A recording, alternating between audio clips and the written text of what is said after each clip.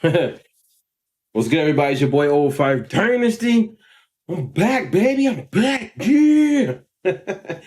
Want to give a shout out to everybody who's watching this video, and all the people who recently subscribed to me. Want to give you a shout out. Thank you so much. Much love, much love. So today's video is simple. It's my thought process. It's one of my thought process.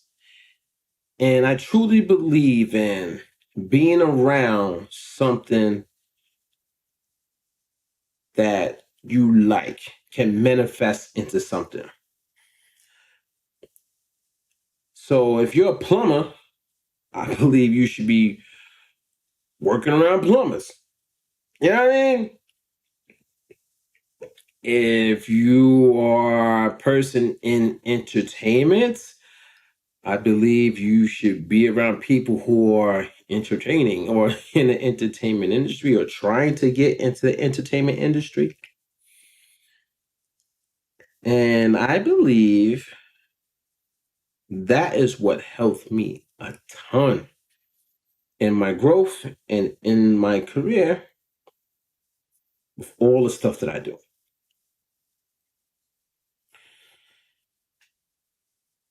I want to do something. I want to spit like a verse or whatever. And this is a song that I was working on for like a girl record for the album. So the album is called Pop Shells Adam, but I might change that because I did away with that single Pop Shells Adam. So I might change that. It might not be Pop Shells Adam. The album might not be called that, but we'll see. So let me spit this.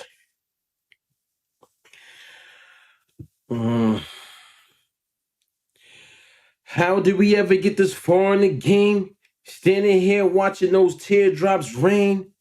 And I feel your pain. I know you don't like me. I know you want to check a brother just like Nike.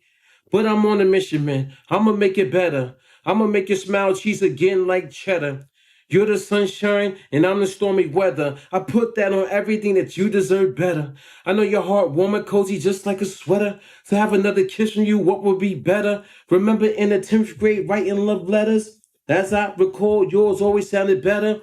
Headed down to college, burning up that mileage. I have to acknowledge I was cheating in my cottage. Today is a new day. I'm sorry for your pain. Thank you for your time and letting me explain.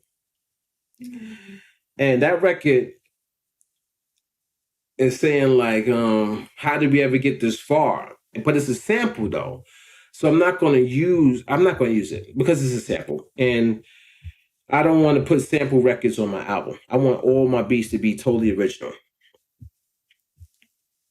So I'm not gonna do it. And the second verse, I know it'll take time. Just like an hourglass, my attitude used to stink. Just like a gym class, you could have told me. Hit the road like an easy pass, but you stayed hung around. That's a sign of real class. I was straight clueless. I had my own Stacy Dash, Keanu Reeves speeding. I was speeding like DoorDash, diving in. Trying to stay wet like Splish Splash. This my song cry. I'm hurt like Johnny Cash falling from a tree. Like Akon, I'm sorry. Never want to be alone. Fat kid at that party. Blame it on the alcohol, too much Bacardi. How many times I said it? Again, ma, I'm sorry. I'm slick and I'm fly. A New York type of cat. I promise your pops I never do you like that. But I'm going down. Maybe J. Blige, I realize. Better tell the truth. I'm on a Schwarzenegger and True Lies. Yeah. So, being around something that you want to be a part of is very vital to your success. And I did a couple vlogs back when I said that Reek the Villain, and I also said that Legend or Words from a True Legend was a big inspiration to me because I was around them so much that they really, really impacted who I ultimately became, an artist. And not only that, a rap artist. And I could spit. And I have punchlines and I have metaphors. I have stuff that'll make you think. And a lot of people They think they're going to get somewhere by just sitting in their room every day or just being on social media every day. How are you going to get somewhere when you're not perfecting your craft? You could be literally perfecting your craft without even practicing your craft. Just by being around it, it's going to manifest into you, is what I'm trying to tell you.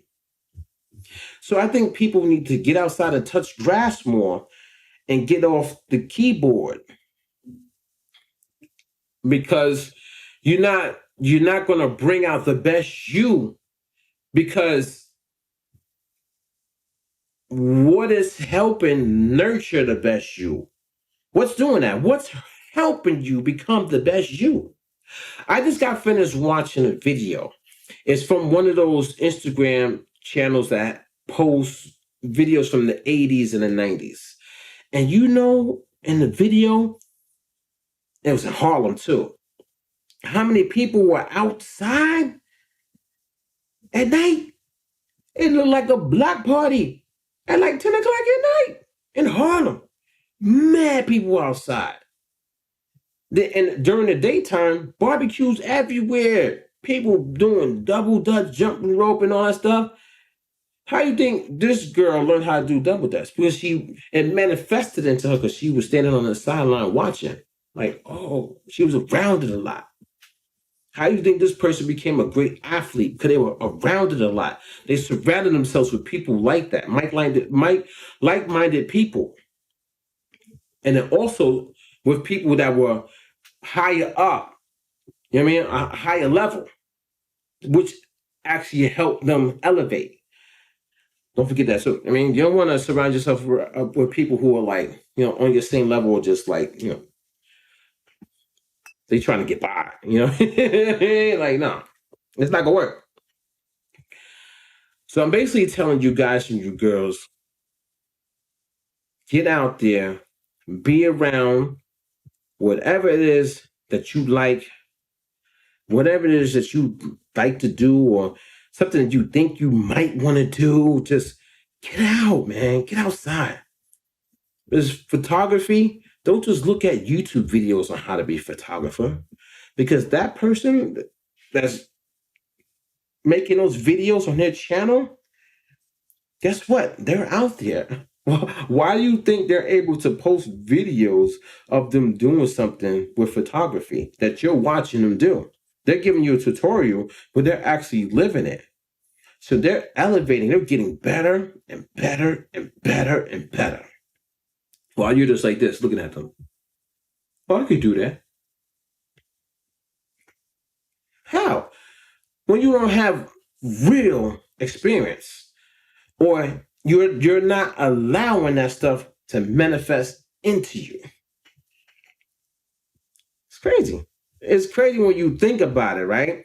When you really, really put it into perspective and think about it, it's crazy how the human body and the mind works. How just the raw energy and the vibrations work. This how, when people talk and they say stuff, that the tone of voice and like their delivery and how it resonates inside of you, how that works, and how you become the person that you are ultimately supposed to become. I was around my pops growing up, and he's an OG gangster. My older brothers, OG gangsters. They were hard on me and Legend and Doughboy. Hard. And then when they weren't hard on us, just being around them and watching what they were doing, how they would speak to other people, how they would handle their business, made me and Legend have this grit that's crazy. Like I like walk around with a chip on my shoulder every single day, man.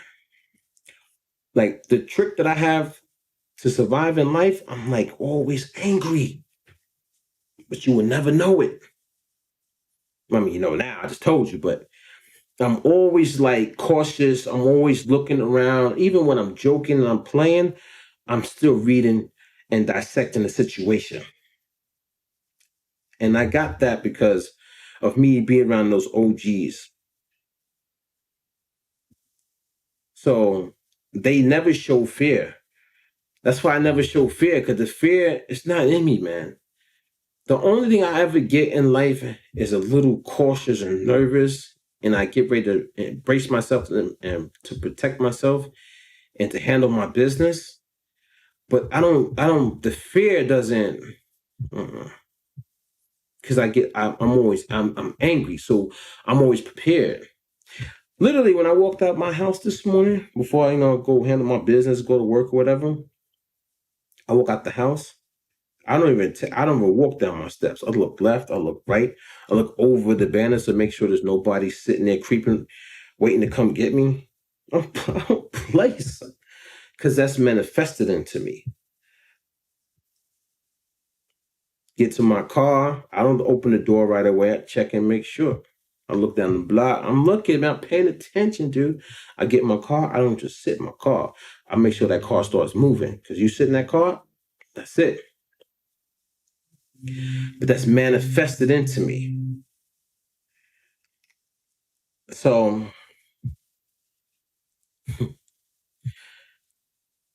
some of y'all need to reevaluate life. Understand life more. I be telling my kids that all the time. Like, listen, you're not thinking. I said, you need to use your brain. I said, speed that brain up. I said, because you're going to be in a world of trouble and hurt. I said, I teach them, you walk out the house, pay attention. Stop laughing in the street. Stop joking around. I said, I'm not playing with you. I said, you see me playing? I'm not playing. There's a time and place for that kitty stuff. I said, but what just happened just now on the block? They're oblivious. I'm like, this just happened behind us, this just happened across the street. They're like, Dad, you just saw that? I'm like, yeah. I said, but you're supposed to see that too. Then my kid's like, because it's manifested into me. And legend too. Big time. Big time. So being around the music industry, it's pretty cool, man. You want to know something else? I want to give a shout out to Arliss Michaels. If you don't know, I did Arliss Michaels, I think, first mix CD cover. So I'm a graphic designer too. So I believe it was his first one. If I'm not mistaken. Yeah, it's pretty cool. I remember that day. I remember something happened at my house. I didn't have a computer anymore, but I didn't have a screen. Oh yeah, I didn't have a screen. Crazy story, man. So our house got robbed, and they put a baseball bat through my screen, my monitor. So I didn't have a monitor. I forgot about this story, yo. And they robbed us when we weren't home, though. You know what I mean? My younger brother was the adult boy. You know what I'm saying? They try to, they try to take him out of here. He survived, though. You know what I'm saying? Bless, you know what I'm saying? That's a blessing. But they waited until we left. They didn't know that anybody was there. It just so happened that Doughboy was visiting from Brooklyn. He don't live with us. So it's such a bad situation. But anyway, that's a story for another day. So I didn't have a monitor. So I go over to Arliss Michaels' crib, and I had Photoshop. I put it on his computer over there, and I'm chopping it up, and I do his mix CD cover. You know what I'm saying? He paid me my little bread. Just this hood stuff back in the day. You know what I'm saying? Like, Arliss Michael, he never stingy with the money. You know what I'm saying? He pay up. And we have to laughing, talking, having fun and whatever. And then that's that. You know what I mean? But Arliss Michael's a cool dude, man. Let me tell you, man. He took me and Legend out to the city. What was that thing where they did the battles? Oh, I forget, man. They wound up putting this show, Fight Night or Fight Club? Fight Club or Fight Night? One of those. He took us to one of those things, man. It was one of the best things, man. I think it was with Remy Martin and Lady Luck. Was that the one? One of them. It was like two battles that night. It was like the first battle, then it was like the big battle for the big money. You know what?